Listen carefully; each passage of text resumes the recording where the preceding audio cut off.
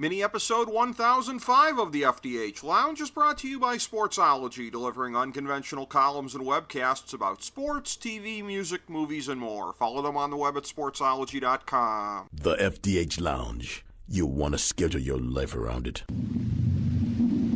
A long time ago, on a gloomy, wet Cleveland spring night, two men stand alone amidst the late-night drizzle. Their voices echo across the vacant station parking lot as they debate the merits of the great American radio show that have been missing for far too long. On that night, an idea was born. That idea became the FDH Lounge.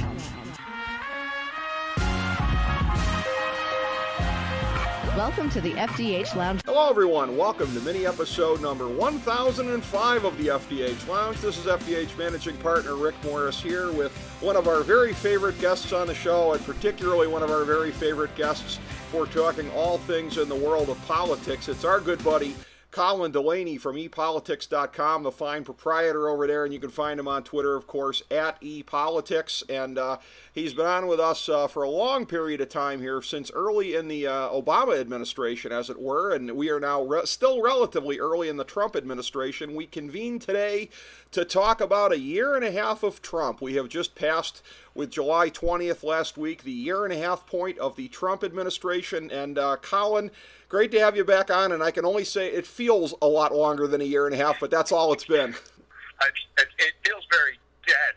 Let's put it that way. It's a very dense block of time. But first, I just got to make sure you're recording this right.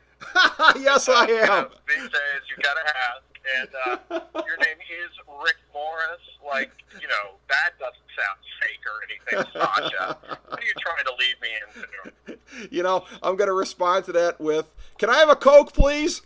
Yeah. Wow. No, it is kind of hard to wrap your head around the last year and a half. I'm kind of a military history nerd. I read a lot of the defense sites. So, you kind of get a sense of, what's changing and technology and doctrine and that kind of thing.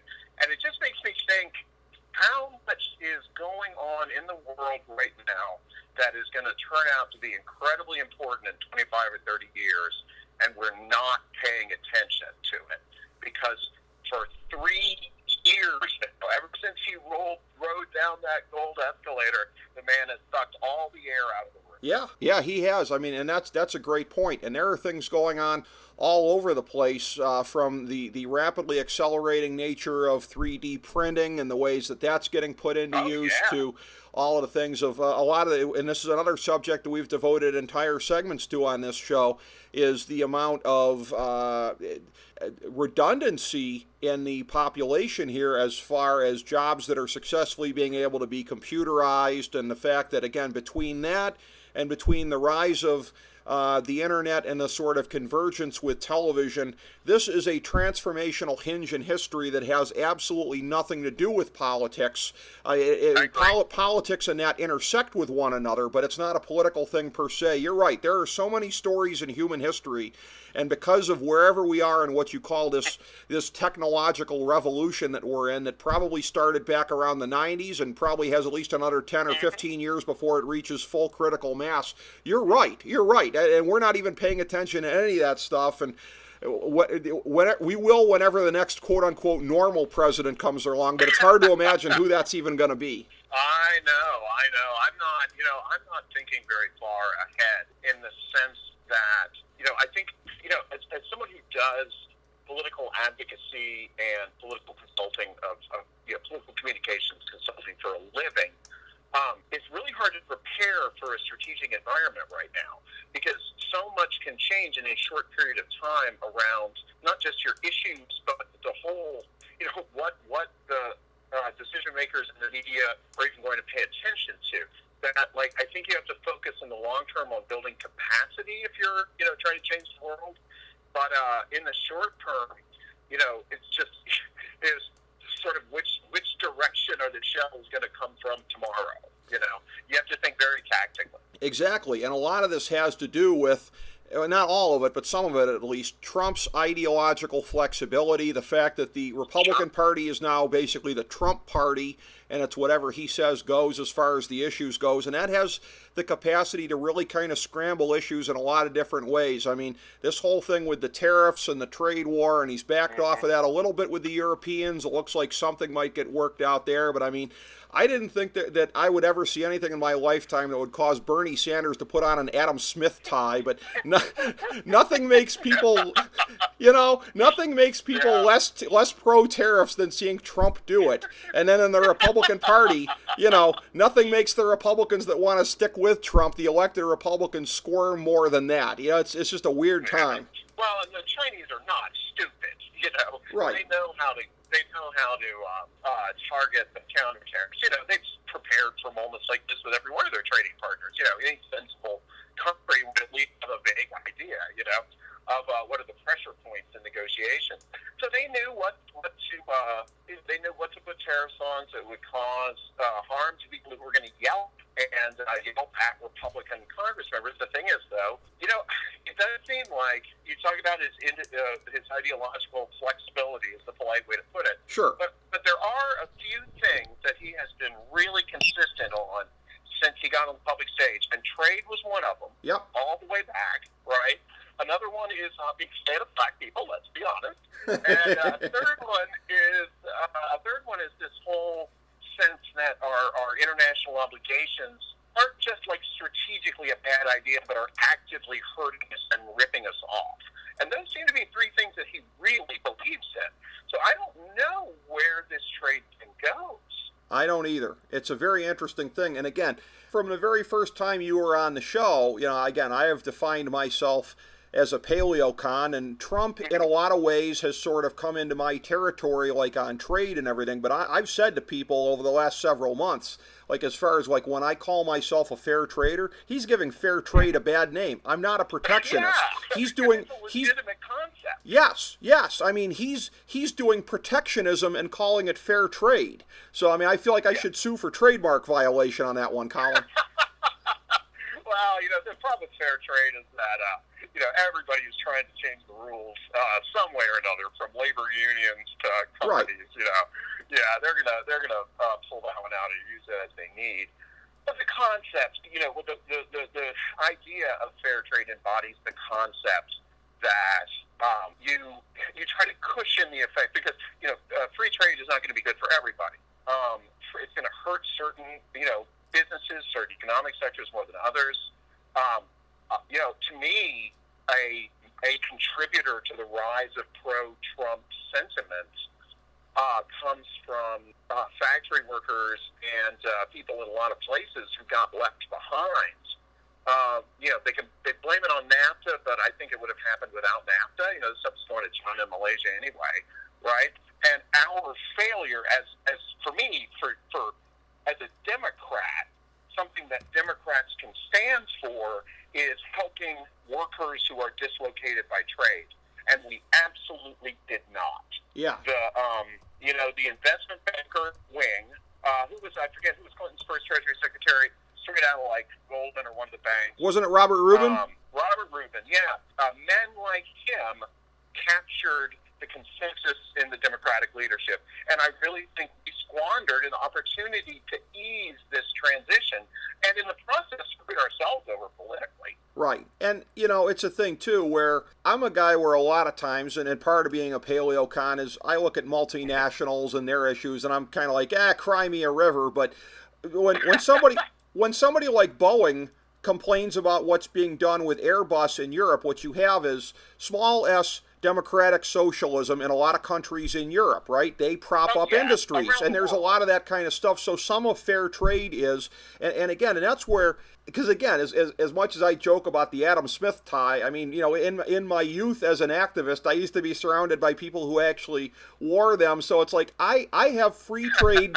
I have free trade sympathies. It's not that I don't believe that free trade doesn't work in a lot of ways, but you cannot have unilateral disarmament. And that's where I, as somebody here in the great American Midwest and the Rust Belt, looking around and seeing how the steel industry's been hollowed out by practices overseas, that's the whole thing too, is that if other countries do it, you got to stand up to them on it. And I think that's how Trump is positioning himself. But the reality is he's been a lot more bellicose than that. Well, yeah, and with the Chinese, I mean, I sincerely am concerned about Chinese expansion. I think you and I have talked about this before. Yes. You know, the Chinese expansion in the South China Sea, and what if the regime gets a little unstable and they try, their own invasion of the Maldives, the Argentinian junta wagging the dog, using an invasion to hold on to power for a little while longer. But regardless of that, the Chinese, the current Chinese government is still trying to get away with things they could get away with when they were just a developing country, right? On things like, the United States, we stole intellectual property, right? People came over here with the plans for, automated mills and things like that. Right. We've historically given, developing countries a little more leeway. The vast parts of China are still very poor. You can't call it a developing country anymore. And they've got to start acting like a responsible actor. And so the stuff that Trump's doing around the tariffs isn't helping us a bit with like the theft of intellectual property and things like that. Things that are going to put thousands of people out of work eventually. I agree with that. And here's the thing, too, and as a wedge to sort of get into talking about the Russia stuff here, again, I've always prided this show on being one that doesn't necessarily just come at things in the prism of discussion that other shows do. What I want to bring into this discussion is a point that I've been reading in recent days, and something that I think Kissinger has been pushing. When you're talking about China, the notion of sort of a reverse China here, and again, believe me, I'm not ascribing any kind of great geopolitical thinking to what Trump is doing with Russia, but the notion of, and I'm sympathetic to this notion, as is Rand Paul, the notion of potentially in a great power kind of a way, of trying to work a little bit more with Russia as a means of counteracting China, because I agree with you. I think China is a ginormous threat going forward for the next couple of decades here. And the notion of basically trying to work a little bit more with them, this is one of these things here, again, the blurring of lines in terms of like who's in power here. 2012, it was Mitt Romney running his trap about, Russia's the next big, political evil and whatever, and Obama's going, what are you talking about? It's not the 1980s anymore, pal. Meanwhile, today, yeah, exactly, and the Democrats today are tripping over themselves to burn Russian flags. Like, I'm kind of like, where were they during the Cold War? That would have been nice. But anyways, all right. Yeah, I've done that before. I know, but I mean, Who created NATO? Well, yeah, exactly. But I mean, who created the Marshall Plan? Yeah. Okay. Well, pre-60s. Khrushchev down during. Well, you guys on the right love to have your little caricatures. Pre-60s. It was Cold War liberals that got us into the damn Vietnam War. Pre-60s. That's the whole thing. You have to say.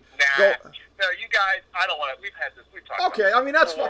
I mean, it's a caricature you guys tell about us that's just not true. Well, you have to admit that there was a lot more pacifistic strain that came out.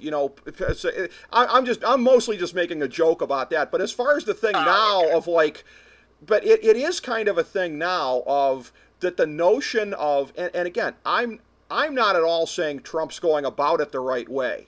But I think for Rand Paul to say people are throwing the baby out with the bathwater as far as, hello, can we get along with them? Can we try and cooperate with them? Can we whatever, instead of having the poison chalice the whole time here too? It's just one of these things where, again, I got to believe if Trump wasn't president that the Democrats would be looking at Russia in a different prism. I'm sorry, but I just cannot agree with you. Fine. I personally... That's fine. Yeah, I know maybe friends on the Democratic side who have done democracy building in places like Russia. Please do not try to label us like that, because I loathe dictators with a passion. And there is where the United States, if the United States is going to stand for anything, it has to stand for ideas. It has to stand for what we believe. Putin is not a normal actor on the world stage. He is an authoritarian trying to stay in power by any means he can. He's walking a tightrope. His entire country's economy is based on crime. It is a kleptocracy. And Putin is in power because of the symbiotic relationships with the oligarchs. They have the money. They've stashed it for him, hundreds of billions of dollars. But if his government goes down, they could all end up in jail or debt. So that is Russia. Russia is not a normal country to have relations with. It is a mob-run failed state that happens to have nuclear weapons. And so we were never had a chance of normalizing once Putin came into power. It was just a dream. Well, He's okay. going to do what he needs to do to stay in power, and that's it. Look, I certainly don't think that they're an admirable form of government or anything like that. But here's another. I'll give you a jibe alert right now. But do you realize, as you were talking about that, what we stand for and whatever, you basically just paraphrased George W. Bush's neocon second inaugural address that we're going to bring democracy all over the planet, dadgummit. I mean, I'm not talking about going in and overthrowing government. Well, NGOs do that. I'm not a big NGO guy, Colin, because I look at NGOs a lot of times, and I'm not saying they don't do some good, but I look at it like, why don't we mind our own freaking business a little bit more? That's how I kind of look at it. Well, I think the survival and extension of democracy around the world is our business, because autocratic states fall, autocratic states get in war. The city of London and a lot of the city of London, I mean the financial center, sure, and a lot of New York are owned by this Russian money. It is distorting our politics in a way that we can see in the White House right now. Yeah. Fostering democracy is the only way we as a civilized world survive.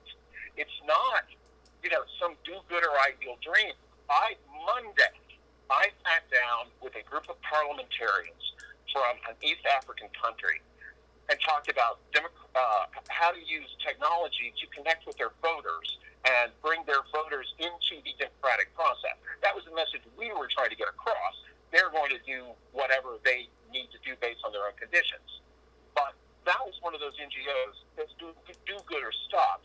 If this country has freer and fairer elections, it saves us money and lives. Right, and I'm not going to condemn all NGO stuff, because you pointed out, I mean, there's examples of positive, productive stuff right there. Well, yeah, but here's the thing, though, and I had just posted this on somebody's Facebook wall recently here. You may remember this, the 1996 Time magazine cover about the Russian election and about how America's saved Boris Yeltsin.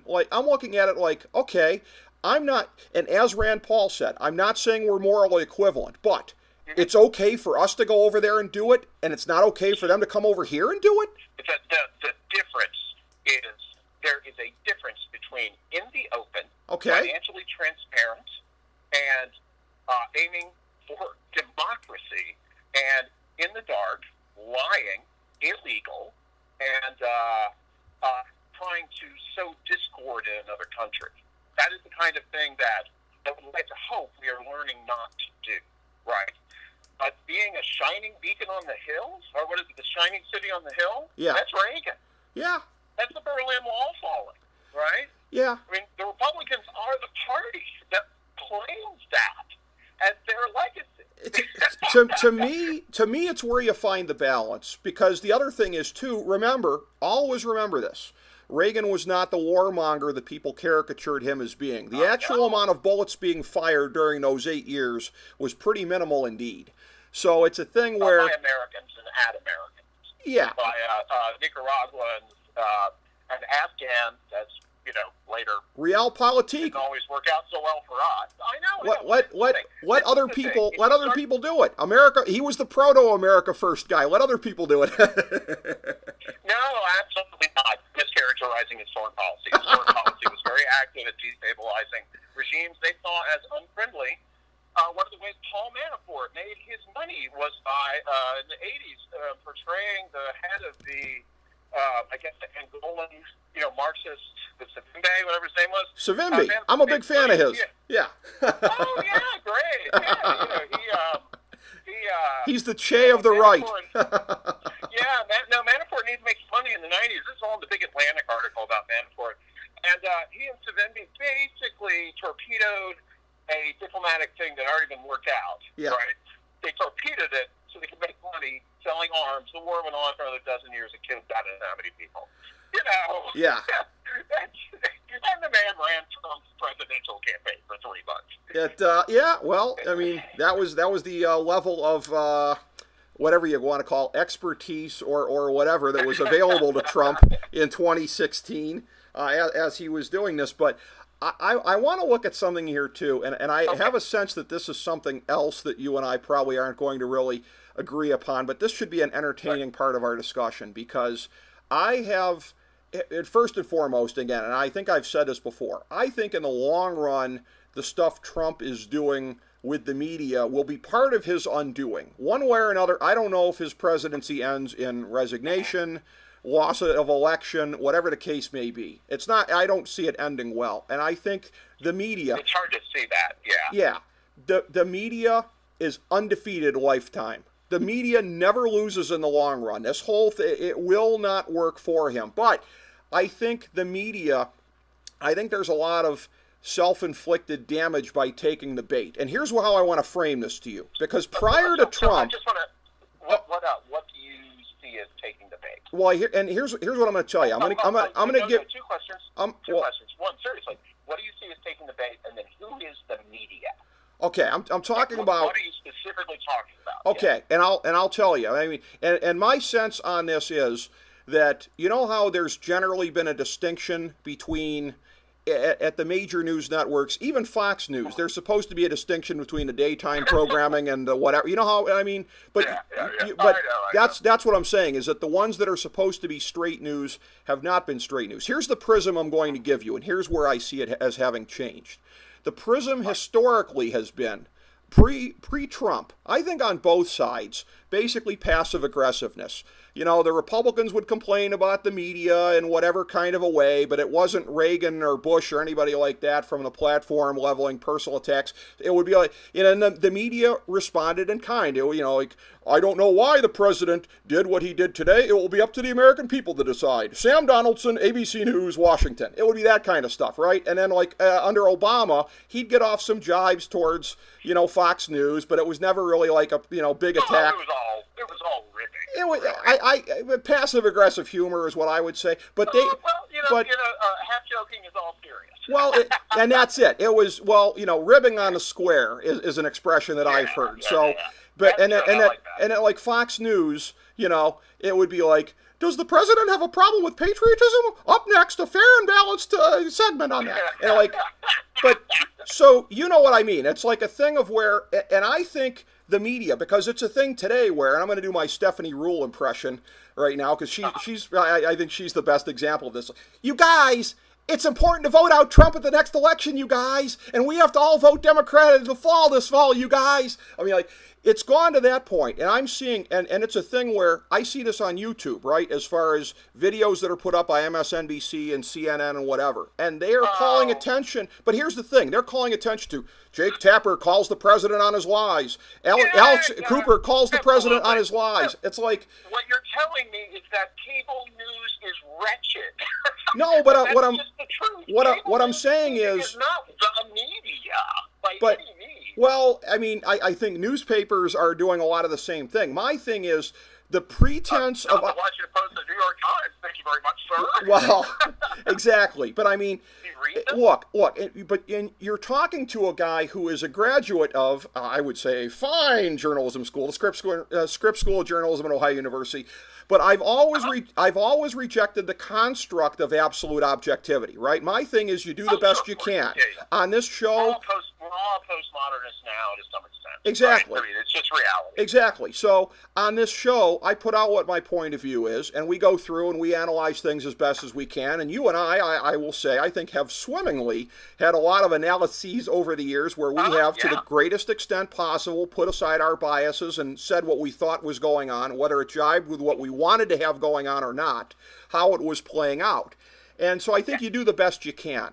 And it's a thing now where, as Trump has declared open war, you know, enemies of the people, whatever, that the media, in a lot of ways, and you're saying maybe I'm painting with a broad brush, they seem to be saying, why, thank you, we are part of the resistance. And I think that's something that's going to hurt their brand in the end. They're going to destroy Trump, but I think they're going to get a lot more blowback. I think if they took the Fox News passive-aggressive thing that they did towards Obama, if they were passive-aggressive towards Trump, I think a lot of the blowback on them wouldn't be as bad. That's just my analysis. Again, when I hear the press corps ask Trump questions, they are substantive questions. Sure. Right? You are talking about what a handful of people on the television do, and that is not news. That is entertainment. CNN has not been news in 30 years. It is just entertainment. To me, it debases the culture. It's as bad as reality TV. It is just not healthy for the system to have these idiots jabbering at each other all day. Okay.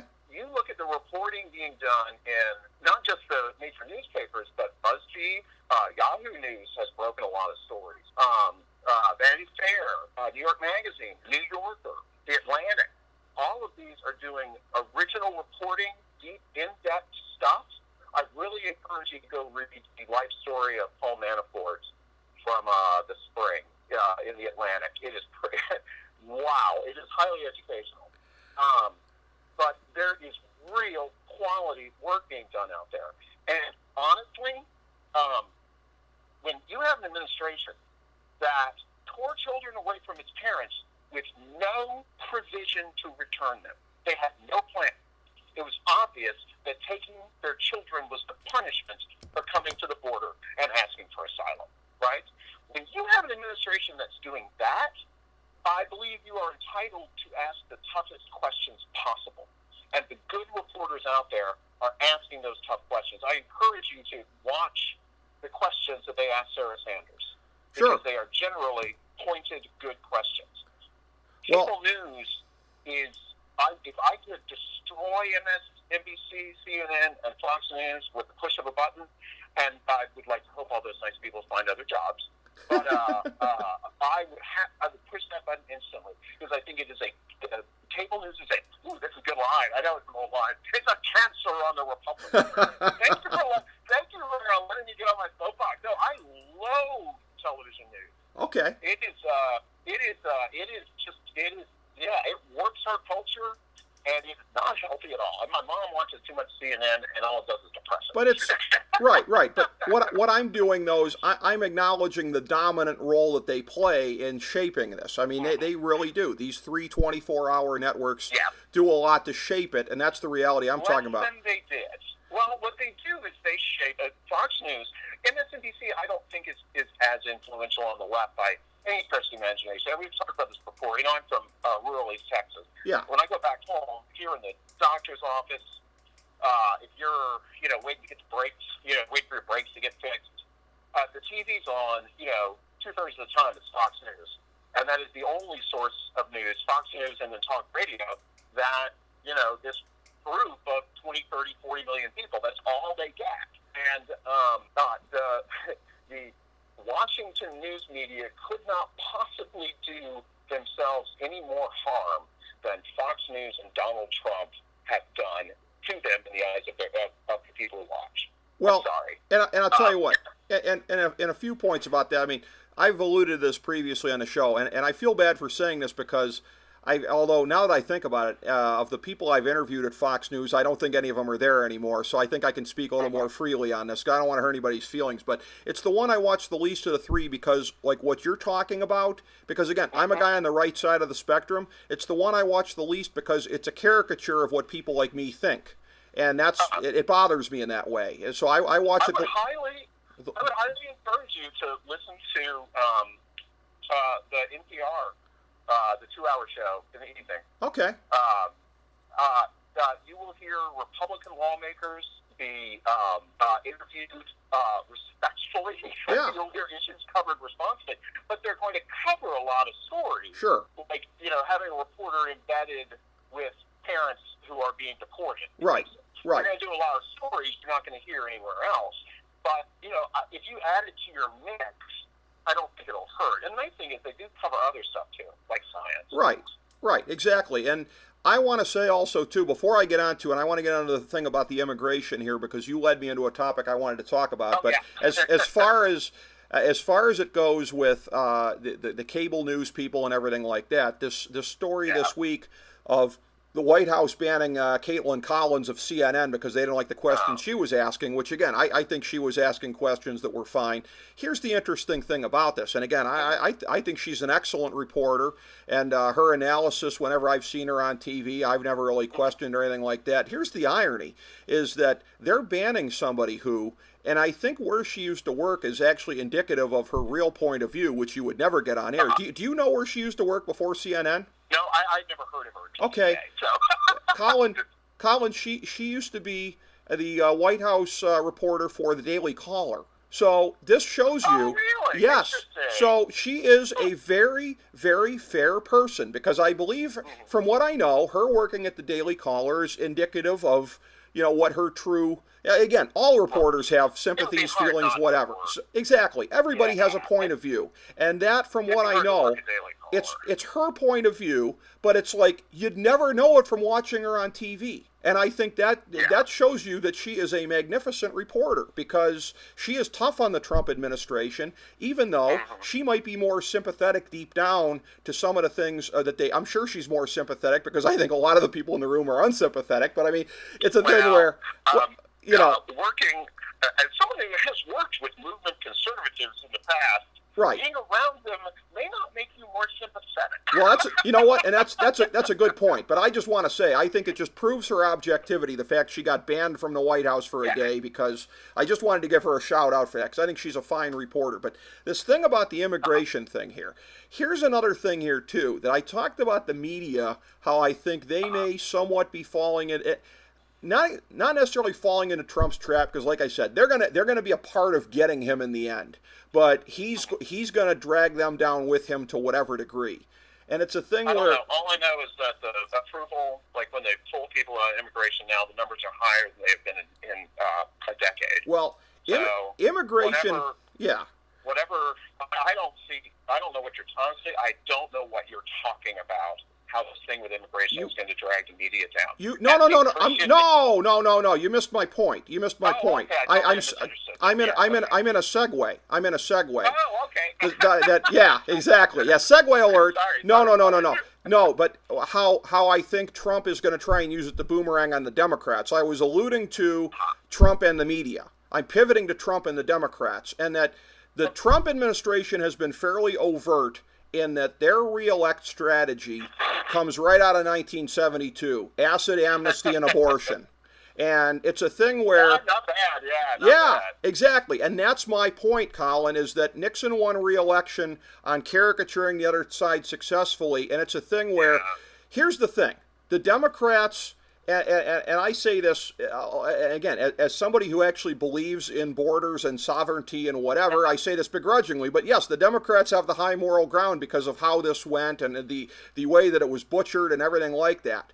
But this is indicative of, in this moment, you look at Joe Crowley being, deposed in New York there from Congress by a Democratic socialist. The energy in the Democratic Party clearly is on the far left, and it's a thing where this whole thing of but here's the thing, abolish ICE. That is the thing. Let me tell you something. If Trump could go to sleep dreaming of something soundly every night, it would be of every rally in America having many abolish ICE signs, because that is where you will lose the sympathy of the American people. Trump wants the left to overreach, and I see them to whatever degree falling into his trap, because to use that, if abolishing ICE becomes a litmus test in the Democratic Party, good luck with that.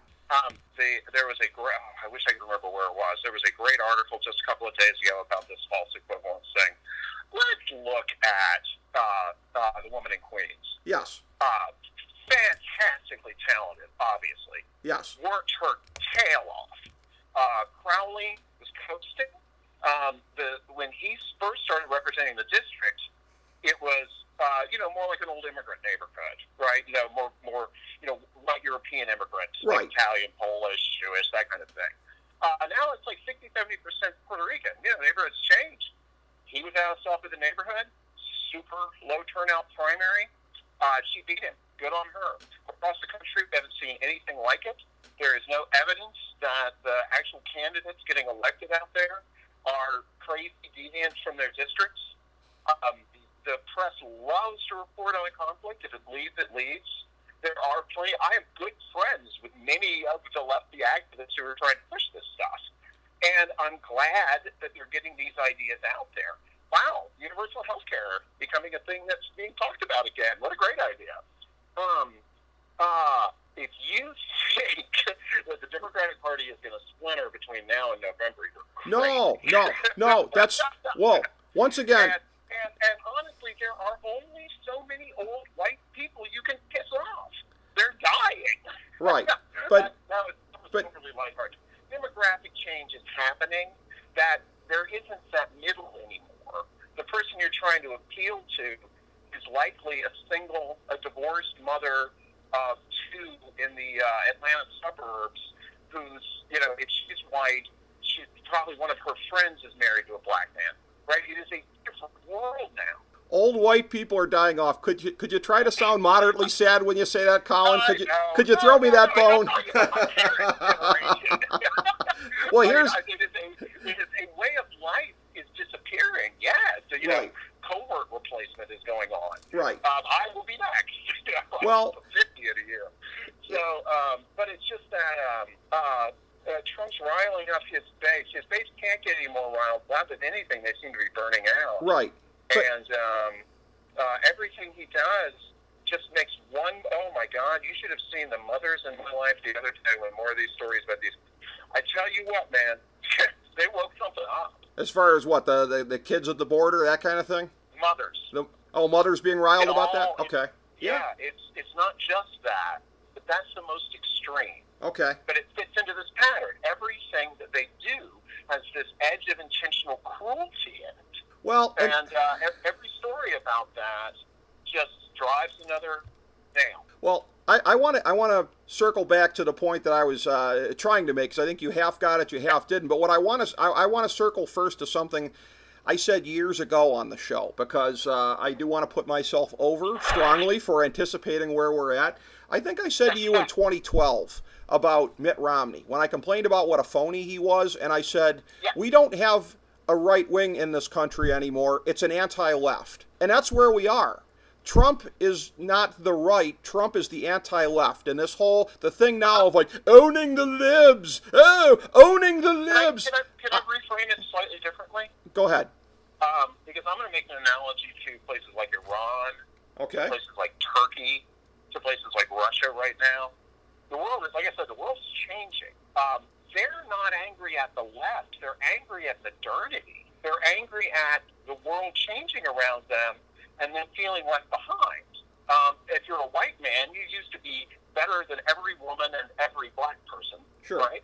There are people who legitimately, in their minds, feel this loss of status. These towns that were thriving 30, 40 years ago are dead on their feet now, their kids don't have as many opportunities. Their grandkids don't have any opportunities. They see a culture that's radically different. I think the horrible reality TV and the horrible cable news I was talking about playing into it. There's a lot of ugliness in the culture right now. So I think that regardless of what the left does, the people who make up Trump's base are disaffected with something much bigger than politics. They're disaffected with the direction of the world. And I don't know much we can do about it, honestly. Right. But the other thing, it honestly doesn't matter what liberals do, because whatever we do, Fox News can always find some lunatic who'll say anything. And they'll use that to portray to their audience what the left is. Right. It is irrelevant what the left does. Right. Because Fox is going to determine what the right thinks. But here's the thing, though, and here's what I mean by this, is that the whole construct, okay? I see this on social media all the time, and given who some of my friends are, I likely see it more than you do, okay? This thing of, what do you mean Trump isn't a successful president? Don't you see how pissed off people like Colin Delany are? Like, Colin, that's the metric for so many people out there, and for somebody like me that cares about public policy, I'm like, when did this become the metric? I mean, look, as a youthful activist back in the day, okay? Well, why do you have so many horrible friends? Colin. I don't want to talk about what the left. When did it become cool? When did it become satisfying to see someone else unhappy? But the but what the hell? What happened? I mean, but here's the same thing, though. I mean, let's not be intellectually dishonest and say that there's not rabid hatred on both sides towards the other side. So yeah, I know. It's not a false equivalency. People with many diverse viewpoints. Yeah. I mean, Colin, and are probably friends with a great many people that would consider somebody like me like Hitler. Okay, so let's not say it's not on both sides. No, they would not think of you like Hitler. You probably do have. You're imposing caricatures that just aren't true. I'd like to think that. And look, I do. Hey, I mean, I do have some friends who are liberals, so it does sort of prove I would say, exceptions to the rule. I don't know. I think it's pretty bad on both sides. I really do think it's pretty bad on both sides, and it's a thing of like I'm telling you, at the grassroots level in the Republican Party, if you want to call it that, whatever the case might be, the primary metric is the whole thing of drinking liberal tears, and it's like, when did we stop caring about the national debt or this or that? Or you guys, I'm a policy guy, Colin. I didn't poison your political culture, your talk radio, your Fox News, the right. Not me personally. The right wing. I know the right wing media infrastructure was built to guarantee that these people felt this way. They feel this way because for 30 years, the right-wing media has been. I had a little old man. I posted before when I was working in the Texas legislature.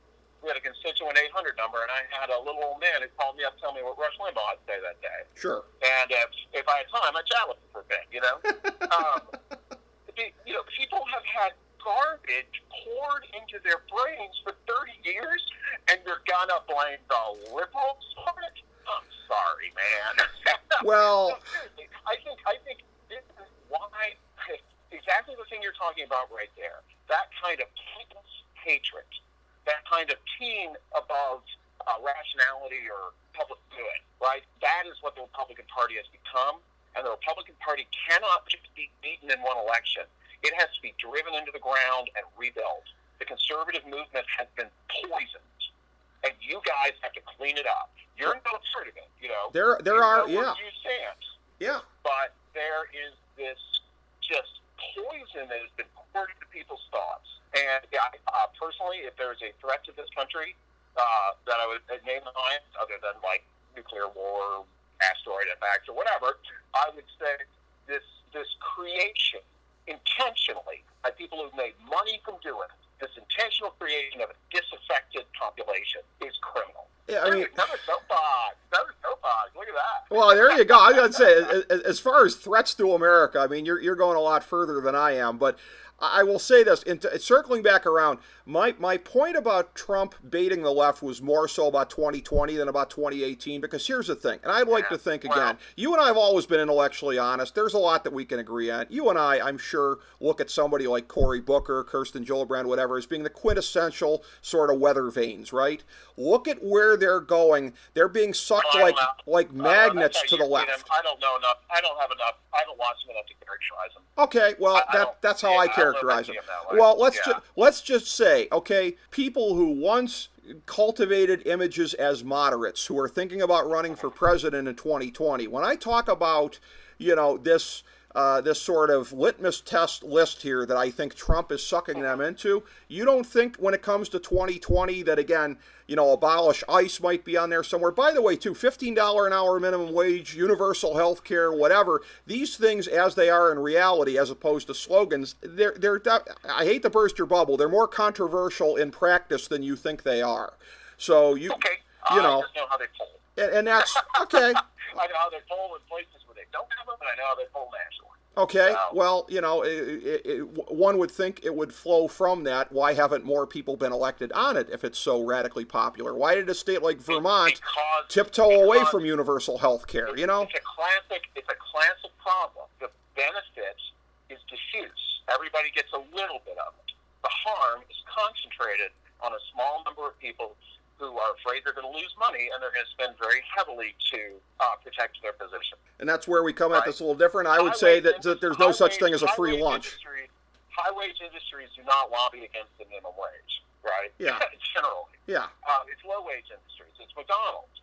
Why don't we have a higher minimum wage? Because in cities and in states around the country, unless there is a really powerful grassroots upwelling that's enough to scare a politician, the campaign contributions overwhelm it. That's why we don't have minimum wage hikes. Well, also, I think places are we talked about this a little bit before. Jobs becoming redundant. The touchscreen is making politicians think a little bit more about $15 an hour minimum wage in their cities because unless you want to pass a law against touchscreens replacing jobs, that's a slippery slope. Yeah, I mean, the minimum wage now is functionally lower than it was like 3 or 4 decades ago. So it doesn't buy you much. Yeah, I mean that's because our dollar is complete and utter shite. If an index with inflation, it would be higher. I'm sure it'd be higher than $15 right now. So I mean, economic argument, the general economic arguments have to be garbage, right? Yeah, I mean, so many places have raised it, and it doesn't make a difference. I mean, it's specific industries lobby very heavily against it. We saw that in D.C. with a recent ballot initiative. So. I mean, look, for as much as I love modern technology, I mean, I'm so contemptuous of the modern dollar. I'd almost give everything up just to go to a time when, like, $12,000 a year, you live in the lap of luxury. I mean, buying power in this country used to be so much better than it is now. So I hear you on that. We have a high minimum wage in terms of actual dollars, but actual dollars you can pretty much wipe your ass with for buying power. So I kind of agree with you. Yeah, I mean on that. You have to have inflation. Yeah, right? well, inflation's how you outgrow your debt, and destroy buying power. Don't forget that part of it. But Well, right. As long as you don't put your money under. Are you a gold person? I'm not putting money in your mattress, aren't you? I'm not a gold person. Assets that are appreciating, you're in pretty good shape. I should admit that my BFF is a gold bug, so I will say that. But that's the hardest you've laughed today, Colin. Oh my God! I tell you what. Oh, there's another one. I end up on all these conservative email lists, right? Uh-huh. And it is amazing the number of economic crisis around the corner, financial system going to crash in the last third of the year. It's always like 6 months to a year away. And then once you download some report, and it's going to all be about buying gold, right? That to me is another scourge on the right, is these companies that are out there taking advantage, spreading conspiracy theories, and taking advantage of it by basically taking people's retirement money. Yeah, I mean that part of it's not good, but I mean I will say too, for as far as the prepper thing goes, which I would say my dad is sort of like lowercase p on that spectrum, but I mean I mean there are a number of scenarios where you can say, I will say this, is the threat overblown? Absolutely, but from even things like Yellowstone, if it happens in our lifetime, there are scenarios, Colin, you know what I'm saying? Right. You can't guarantee 10 years from now. What you're saying. Yeah. Well, I think maybe the difference is that to me the number of scenarios in which me having more than what you're supposed to have in a hurricane is going to make a material difference. Everything goes to hell. Yeah.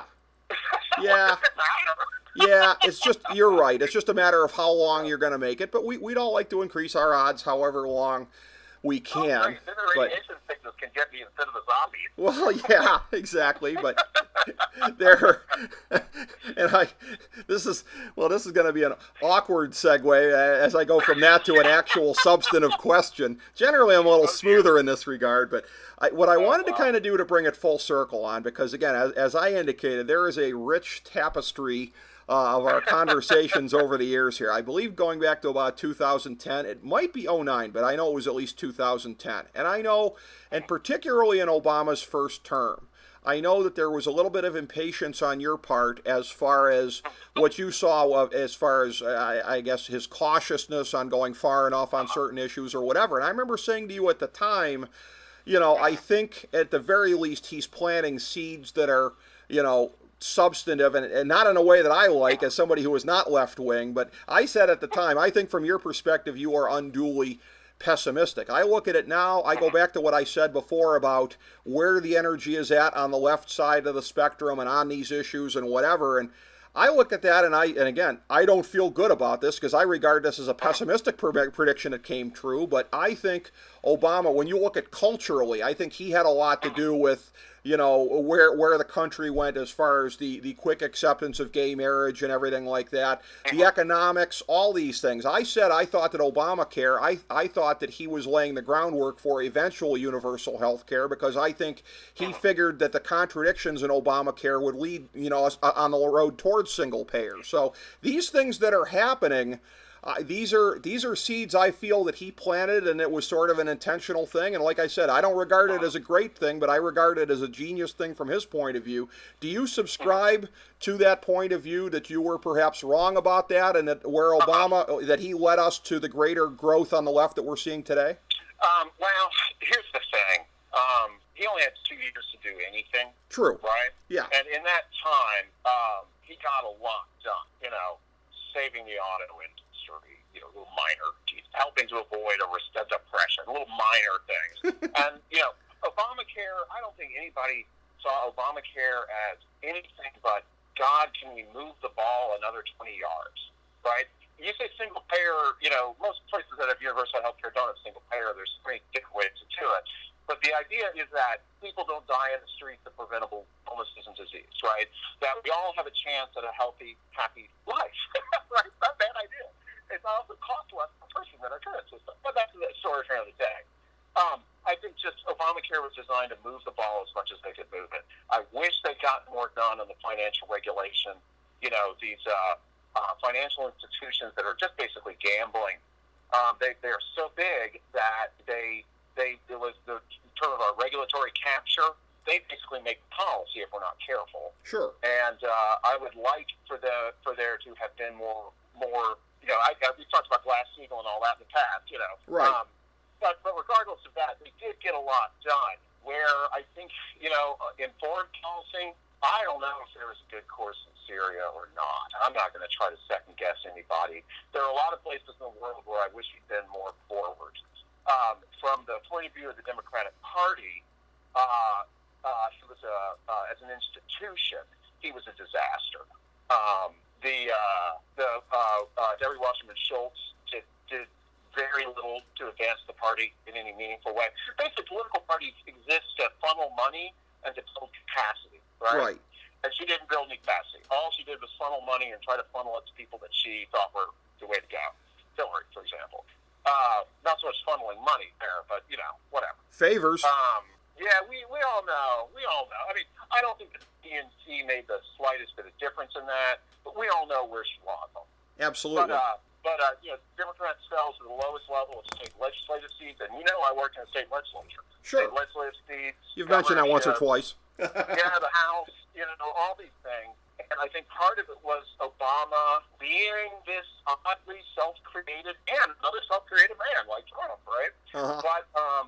But concerned with his part in history, and not as much and I think that there were other parts on the nuts and bolts of politics where he really set back the prospects for things that he would have wanted. For instance, that the Republicans did not have to win the Senate back in 2014.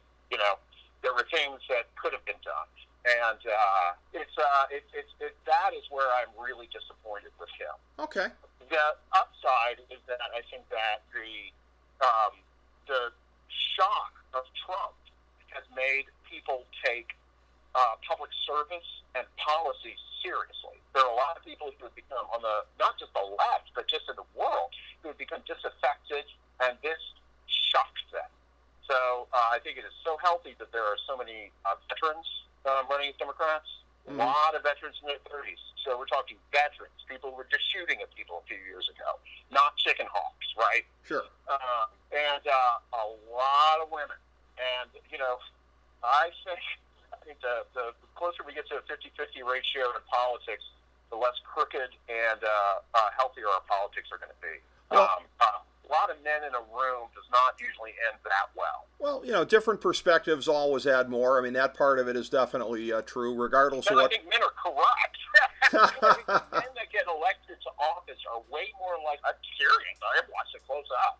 I think the men who are elected to office are much more likely to be crooked than the women who are elected to office. I'm not going to say anything about the broader population, but from the politicians that I've seen, I think that's that's a fair characterization. Anyway, well, at the risk of sounding like one of these incels with their women be cray type stuff, I will say, you do risk oversimplifying. Let's just say our gender isn't responsible for every last evil in the world. I'll leave it at that. That's not what I said. Okay. Said 50-50. Well, I've worked yeah. in all male environments, and I've worked in all. Actually, I went from an almost all male environment, basically a frat house of a communications firm, over to a women's organization.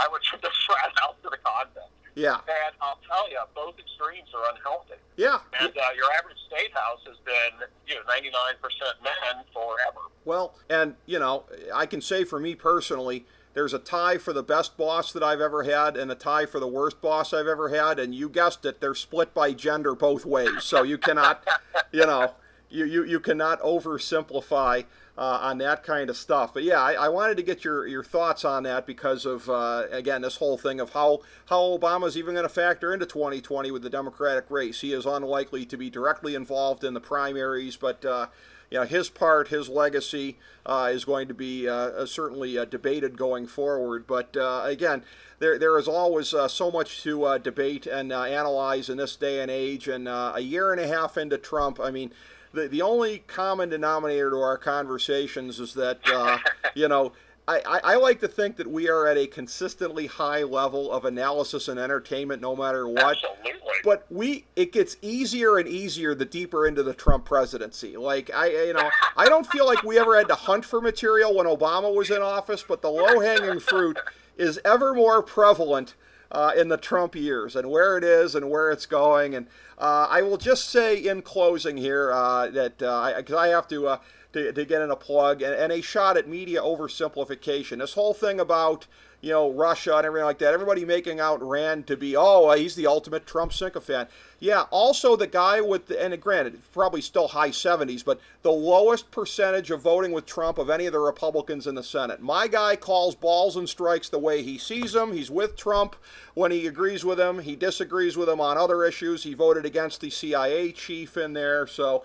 again, the overly I didn't realize that. Yeah, the overly simplistic prisms that we attach to people, Colin. Hopefully, we can agree broadly on that. The overly simplistic labels we put on people, because again, some people at least are more complex than the caricatures. Most of the guys in Congress, not so much, but some of them at least are. I like to think my guy is, from my point of view.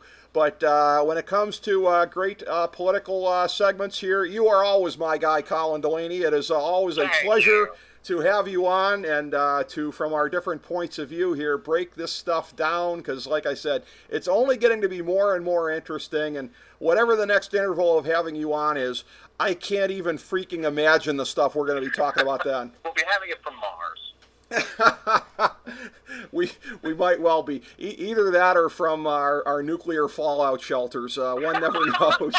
Yeah, I do live in my apartment is a little bunker-like. So I cross my mind. My condo is not even remotely radiation safe, my man. So I'll be in the first wave of people to die from the thermonuclear war that so many in Congress seem to want to have with Russia, and God forbid we get there. If this is my last time talking to you before our politicians provoke us into global war, Colin, it's been real. It's been a pleasure, sir. It's been outstanding. I thank you so much yet again, and thank you everybody for tuning in to FDH Lounge mini episode number 1005. As we bring the show to a close, we would like to extend our deepest gratitude to NBC, CBS, ABC, Fox, all Clear Channel affiliates, TNT, TBS, USA, UPN, Deadspin.com, YouTube.com, YTMND.com, MySpace.com, various blogs, Fox News, CNN, CNBC, MSNBC, IamBoard.com, Billboard.com, Google.com, ESPN, ESPN2, ESPN News, ESPN Classic, NBA TV, NFL Network, Sports Time Ohio, Athlon Magazine, Comedy Central, Cartoon Network, The Boomerang Channel, QVC, BET, The Spice Channel, Steno Notebooks, Manwich, Papermate Office Supplies, waitresses, strippers, bartenders, garbage men, janitors, microwave popcorn, the writers of The Office, Scrubs, Entourage, My Name is Earl, Oz, Metalocalypse and the Boondocks, Aquafina, and The Periodic Table of Elements.